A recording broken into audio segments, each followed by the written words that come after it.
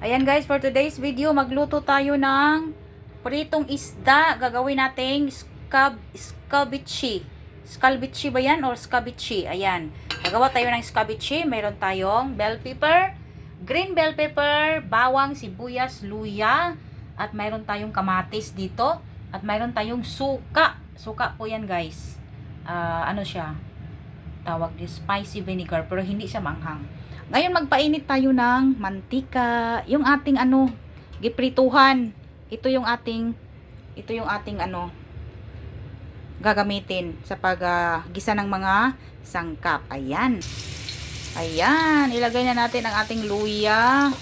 Tapos sunod na lang ito guys, sibuyas at saka ang mga bawang, no? Ayan. First time kong gumawa ng scabeche na isda. Ayan, ang sarap ng isda natin, guys. Nylon fish. Oh, yun yung nylon fish. Puti ang color ng kanyang puti yung laman niya. Okay? Halo-haluin natin to, guys. Ayan, diba? Saka ilagay natin yung kamatis mamaya. Lahan muna natin yan. So, ayan. Pa-brown natin ang ating sibuyas at ang ating bawang, no?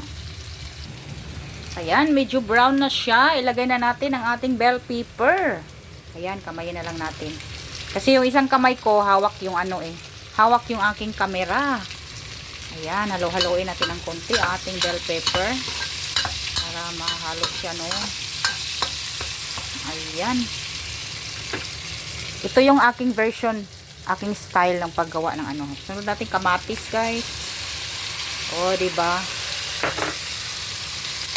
Oh, palambutin natin ang kamatis. Simplahan muna natin ito. Ayan, diba? Ayan, pakuluin muna natin ng konti. Ayan, lagyan na natin ng konting tubig. Ayan, guys. Lagyan natin para mayroon siyang sauce. Ayan, lagyan natin ng kunting tubig. Pakuluin muna natin, guys. Pakuluin. Ayan, diba? Lagyan natin siya ng konting asin. Konting asin lang, guys. Ayan, diba? At mayroon siyang konting asukal. Dalawa na lang asukal, guys. Ayan, oh, diba?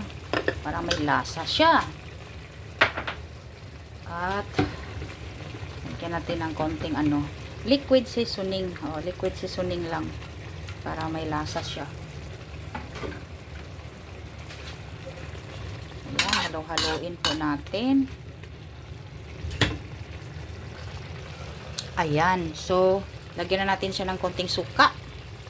Suka niya, ito yung suka niya, guys. Ayan, okay na yan. Halo-haloin natin ng konti, no? Okay, tikman natin. Tikman natin, guys. Ayun. Ang sarap. Maasim-asim talaga. Ayan, ngayon, lagyan natin siya ng ating pampalapot.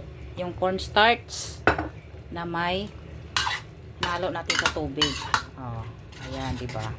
So, pakulo-kuloin na lang natin yung konti. Ngayon, pwede na natin ilagay ang ating pritong isda. Ayan. Lagay na natin ang ating pritong isda, guys. Oh, diba? Tingnan nyo. Diba, ang sarap. Halo-haloin natin para ma-absorb niya yung lasa ng ating sauce na ginawa para sa ating scabeche. Ayan, oh, tingnan nyo, guys. Oh, diba? May scabeche finished product. Ayan, tingnan nyo. May scabeche na tayo. Ayan, diba? Oh, ang sarap. Oh, diba? Ayan, guys.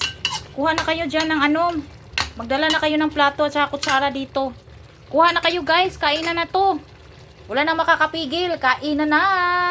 Let's eat, everyone. Thank you so much for watching. Thank you. Ayan, diba?